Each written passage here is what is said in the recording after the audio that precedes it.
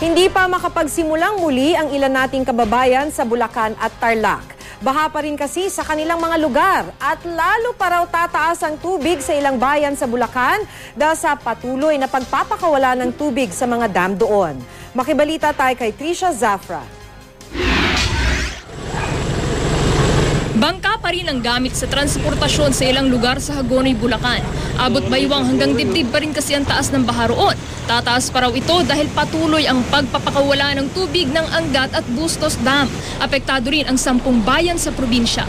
Paghahanda raw ito ng pamunuan ng mga dam kung sakaling magdala ng maraming ulan ang bagyong Helen.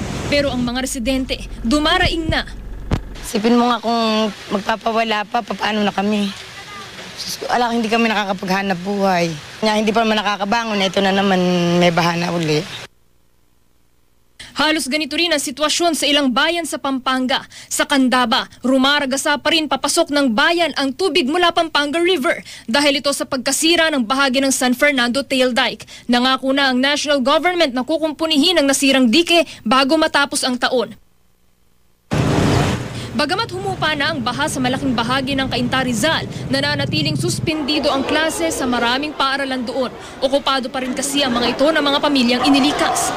Siyempre, magtitiis na lang po dahil wala po talagang paraan. Dahil kung sa bahay namin, lubog po talagang bahay namin hanggang sa ngayon. Hanggat nandyan yung mga evacuees namin, hindi kami basta magklase. Pwede kami po magklase Saturday para makover upan yung klase na suspended. Sa San Leonardo, Nueva Ecija naman, hinuhukay at pinapalaki na ang mga irrigation canal.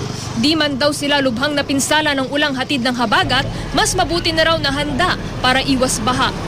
Kasi ginagamit natin yung kanal natin pag irrigation period, as irrigation canal at pagdating ng ganyan may baha, ginagamit natin yung drainage.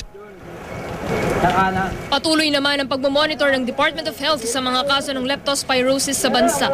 Ngayong taon, umabot na sa mahigit 2,000 ang nagka-leptospirosis. Mahigit 100 sa kanilang namatay.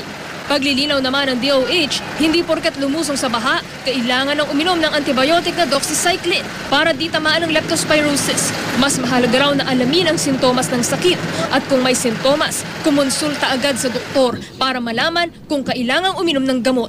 Trisha Zafra, GMA News.